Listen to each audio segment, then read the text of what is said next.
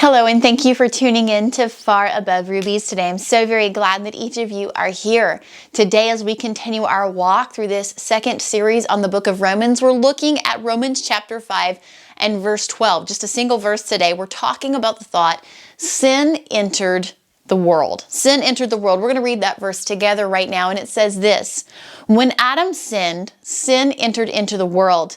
Adam's sin brought death, so death spread to everyone, for everyone sinned. This was the moment. This was it right here when intimacy with God was broken. The moment that sin entered into the world.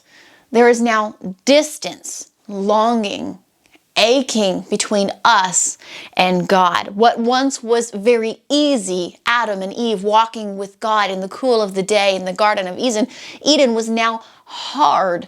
Communion with God was now hard. What was once right in front of mankind was now completely out of reach. And it would be for thousands of years. It stayed that way until Jesus walked onto the scene. He was our great Redeemer. He was the closer of the chasm that existed between us and God. He was the restorer of relationship, that intimate, divine relationship that we were created to have. He was the willing, sacrificial lamb that paid the price for sin entering the world. We can so easily take for granted today that Jesus paid this great price, that people existed for thousands of years without seeing the redemption of the cross. They knew hope was still on the horizon. They knew that it would one day come, but they did not see it. For thousands of years, they existed with this great chasm between creator and creation, and without seeing the redemption of the cross, without knowing the ease of intimacy with God that we now often take for granted. Sin is the disease that we were all born with. The disease that only gets worse with age. The disease with only one known cure. The salvation that was offered through the death, burial, and resurrection of Jesus Christ.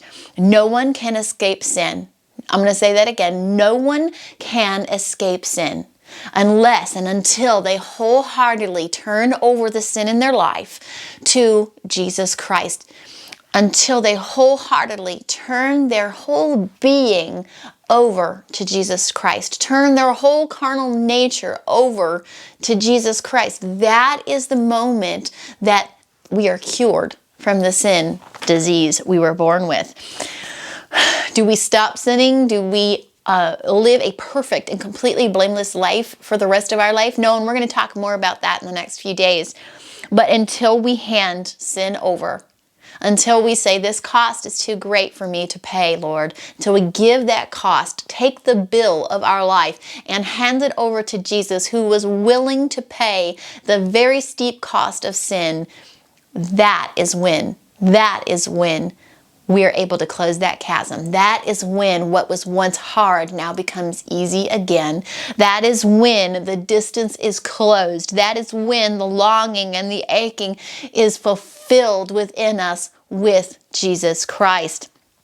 That thing that was once too far out of reach now is back right in front of us, and it's our responsibility to not take it for granted. It's our responsibility to say, oh, I once was lost, but now I am found. Once I had a price on my head and sin was hunting for its wages, and now I am free indeed. Now it has been paid in full. Now I can go boldly before the throne of God. Now I am bought with a price.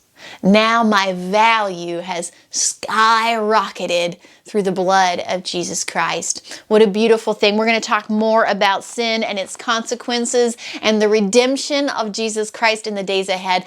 Please make sure that you tune in. Come back here and be with me this week as we walk through the rest of Romans chapter 5. And if you're enjoying this series, go find some friends to invite to the group today, okay? If no one has told you lately you are loved and you are cherished, and you are valuable. You have beautiful and tremendous worth, my sweet friend, and that worth is far above rubies. Thank you so much for tuning in here today, and I will see you all again tomorrow. God bless you.